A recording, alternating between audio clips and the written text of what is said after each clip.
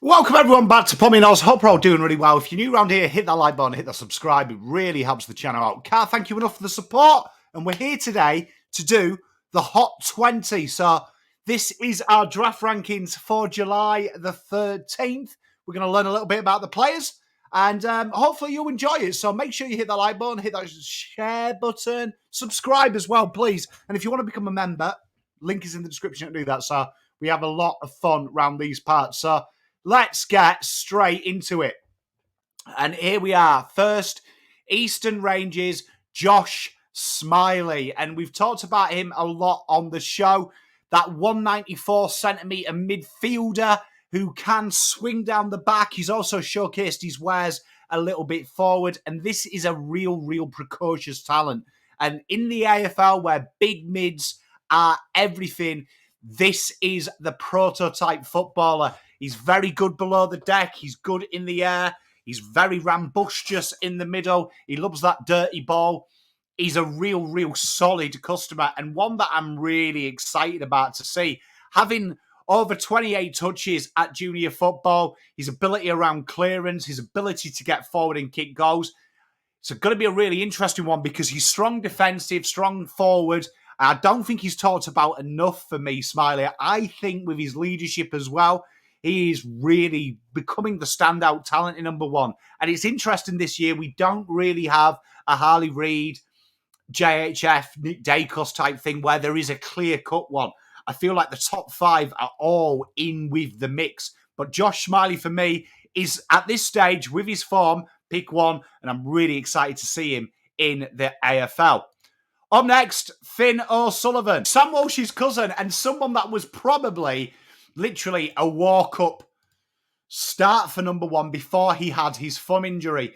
But the Oakley Chargers boy has really showcased he can work hard forward and back. He has got some real nous about him. He's got that time-changing ability. And at 182, he's kind of where you'd expect to see them players. His ability attacking and defensive, he's probably one of them guys that has an 8 out of 10 for everything. In the Vic's Country game, do you know what I mean? He showed that 16, he averaging just under 20. But when he's been playing for the Oakley Chargers, he has been dominant. Particularly last year, his form as a bottom ager was absolutely standout. His ability to get through traffic is really impressive. And also his ability to set up attacks very quickly. He's got that real ability as well, like we say, to really find space when there is none. He's got some real good burst of speed as well. And he's really one of them players that is hanging on to that early form. If he played all year, there would be no doubt for me he would be the guy. He did return this week, a couple of months ago against the Footscray VFL side for the AFL Academy, and he really did showcase his ability to play with senior players quite easy. He's a real exciting talent and one that may slide a little bit just with them thumb injuries early doors, but real exciting prospect nonetheless. Up next, Levi Ashcroft from the Brisbane Lions. And there's no surprise, this guy here, like his brother Will, is an absolute beast. His ability to burst through traffic, his ability to set attacks up, his defensive craft, but also what really impresses me about Ashcroft is his ability to work his team in, especially when he slides forward. One of the big common misceptions of these players is obviously they are the stars of their junior side, so you've got to try and transfer it into senior football. But his ability to bring players in and around him with his work rate, with his elite engine is really outstanding. And he's really showcased that the AFL Academy games averaging over 30 touches. He looks a class above the rest. Now, obviously, with a father and son link with Brisbane, that usually affects his draft stock in the terms of that we don't really have a draft league where teams bid on players early, even of the Ashcrofts of this world. So that's going to be really interesting. But this guy here is definitely in with a shout. He's ready-made for AFL football. You can see very high IQ, very clean, and what I'm excited about seeing sliding into the football world. Sid Draper next, and Sid Draper he's got that South Australian tax at 182.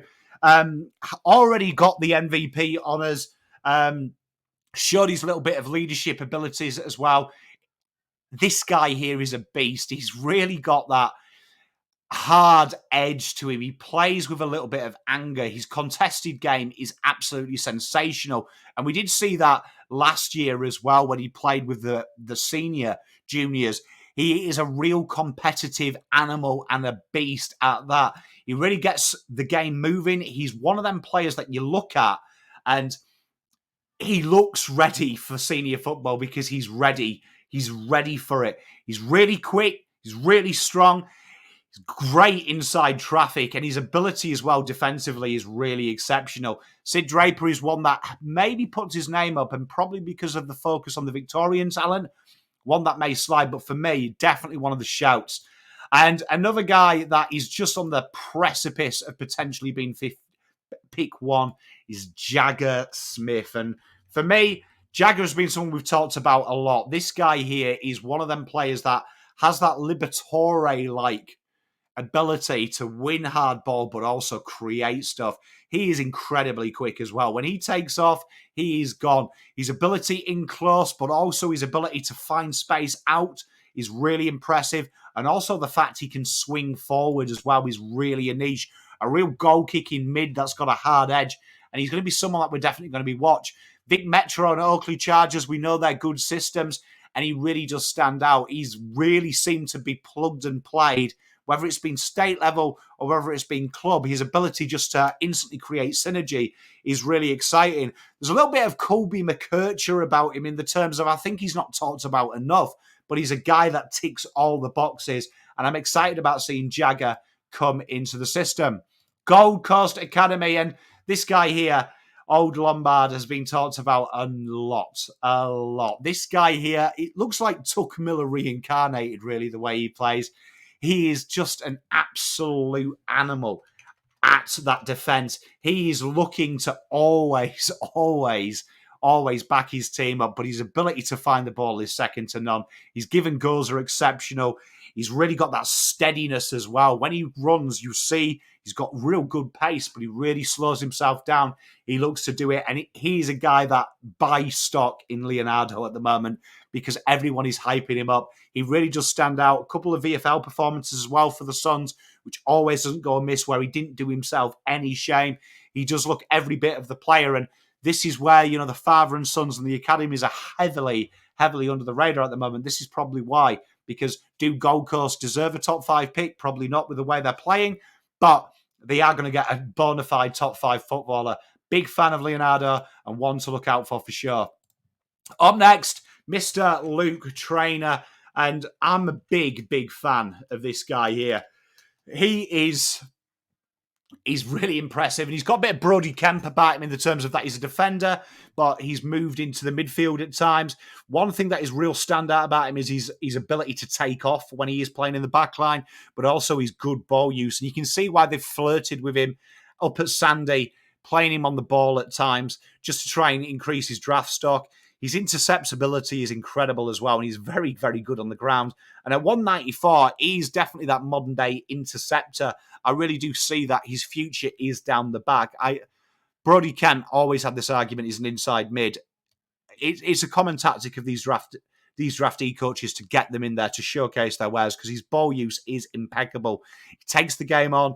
He's got that real good eye for vision, real transitional threat. And Luke Trainer is probably the standout defender in this. Mr. Christian Morales. And this guy here, if we did this earlier, was one of the top talents. Playing outside and inside, he's got unrivaled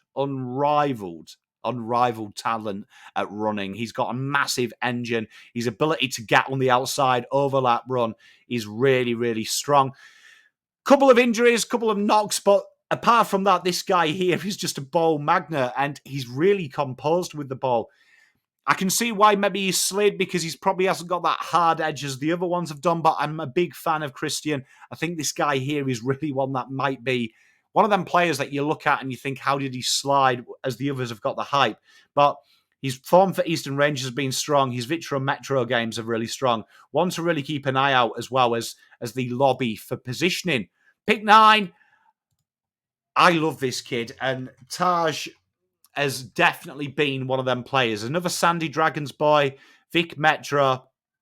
He's a goal-kicking machine. We talked about Ollie last year, Ollie Houghton, the other year, but this guy here, he's the modern-day half-forward. His ability to bring players in, his marking is insane. His leading is insane. He is a real ready-made type footballer. He reminds me a lot of Philip Ho in his draft year, in his ability to work up the ground and then also pinch hit in the middle. This is a talent here, and I think he might be the pick of the bunch for me outside of the top 5.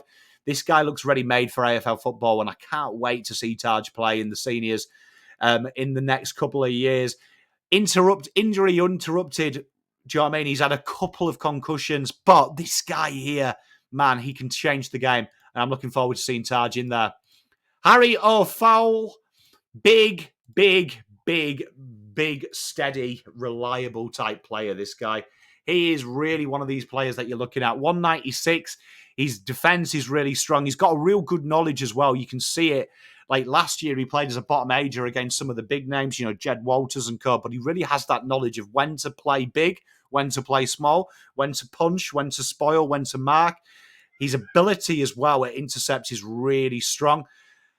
Had a foot injury at the start of the year, but really came back strong, and he looks reliable. His leadership as well, and his calmness. You see him often doing this. He calms the back line, real solid one-on-one, but also can peel off and play loose. Definitely a real good prospect because he's one of them players that you can probably play as the third tall or play a little bit looser as he sees the speed of the game. But a guy that's adapted every level and probably the standout key of this one. Up next, Murphy Reid, another Sandy boy. We love our little Sandy boys, and you can see the Sandy boys always make up at this. But this guy here who can swing midfield forward, but has also played halfback and mid as well. Real strong line breaker. He takes off and he's gone. His ability as well, vision is real strong. He has that real nice penetrating foot as well. And he can find space, find time. And that's been showcased at Vic Metro and Sandy Dragons. He is a real threat with the ball in hand. Looks to bring players into the game and not shabby on his defence as well. But that pace is real strong. But he's also a very good user. He's got all the tools. And if you've got a ready-built midfield and you want to complement, Murphy Reid is that guy. And he's going to be one to really look out for as he comes in. Sam Lalore, one of my favourites, And you know what? It's always funny when we talk about GMV Rebels. They seem to slide a little bit. But the Vic country boy plays like a country footballer. He's strong. He gets his head over the ball. And he is really acquitted to that defensive task. But around stoppage, he is dangerous. And he's so powerful through the core. He's one that stands out. His ability to lead as well is really impressive. He loves to help his defense out. The two-way running. Injury interrupted start of the year, but he's really showcased it in the back of the year. And this kid here he's a fighter. He's a fighter, and I'm a big fan of Sam Lalore. Can't wait to see him in there. Adelaide, father-son, Tyler Welsh, and really for me, the pick of this. And I think Adelaide have done really well, to be honest, hiding him at 191. This kid here is a finisher.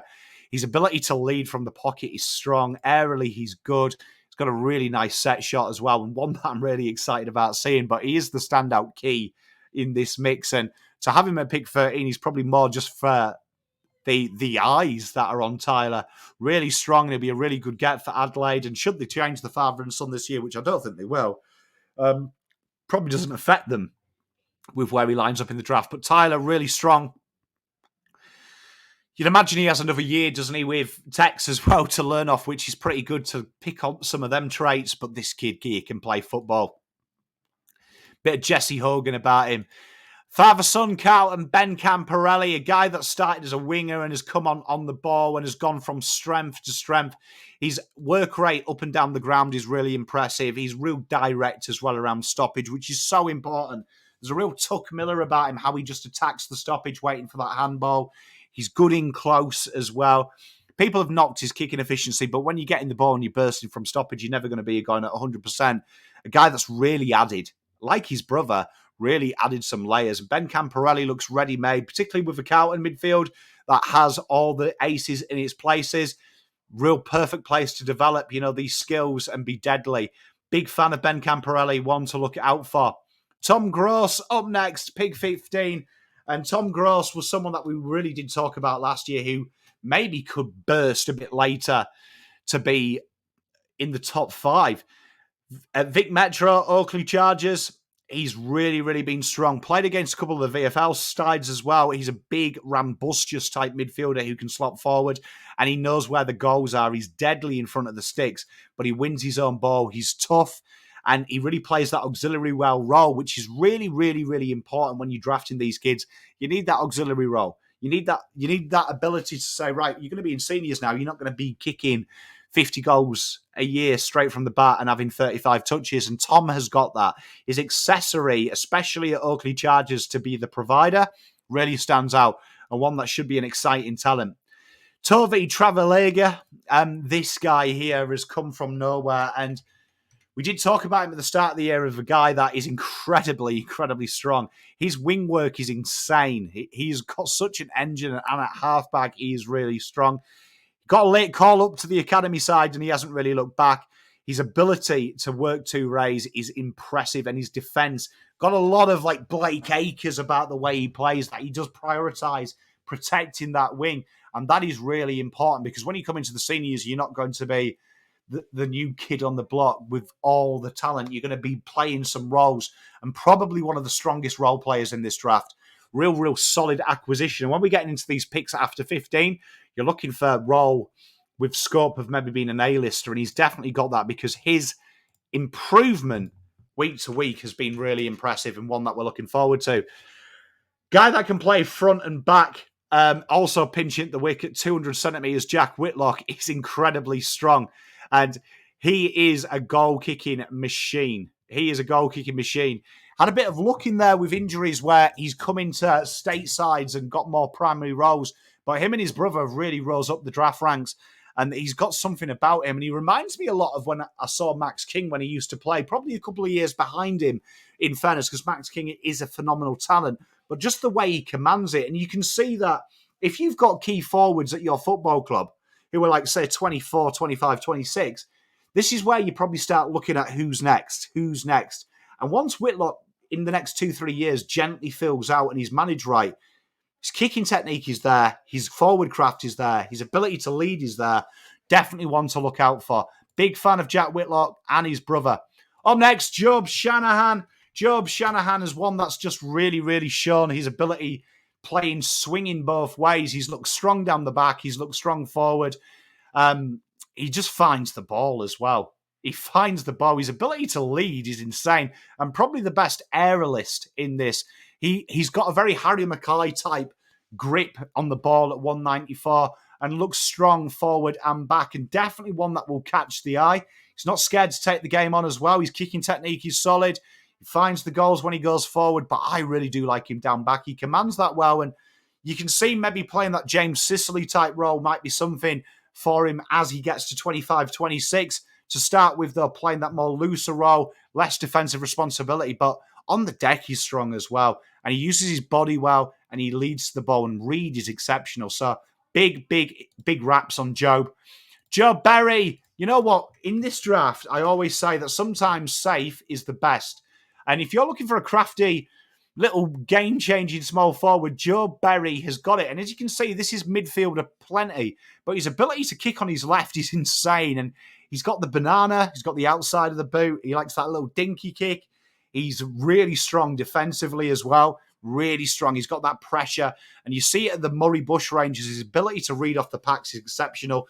And he only needs 1 or 2 touches to change the game. I'm a big fan of Joe Berry, and you can see here small forwards and a plethora in this draft, as they have been the last couple of years. It's all mids. Joe Berry, maybe that POD who could go earlier. And we finish with Harvey Langford, 190. We're talking about medium to tall size midfielders, and this guy here is strong. He is that nightmare matchup when he does rest forward because of his ability just to win marks, but also his tackle and his defense is good. He's one of these players that here, if you're a midfield coach, you're really excited because he ticks the boxes. He's not elite at everything, but he's above average for everything. And his ability to bring players in and his vision is really strong. I really like this. He gives me like Jack Stephen vibes when I watch him play. That very underrated and very understated. But this guy could be anything, especially playing that mid-forward role. So I'm really excited about seeing what Harvey brings. That's the 20 so far in July. Let me know your 20, who you're looking at picking. We'll expand this probably August time to 50. If you are a member, we do a bit more in depth, so check out that. Peace, love, and light. Pom out.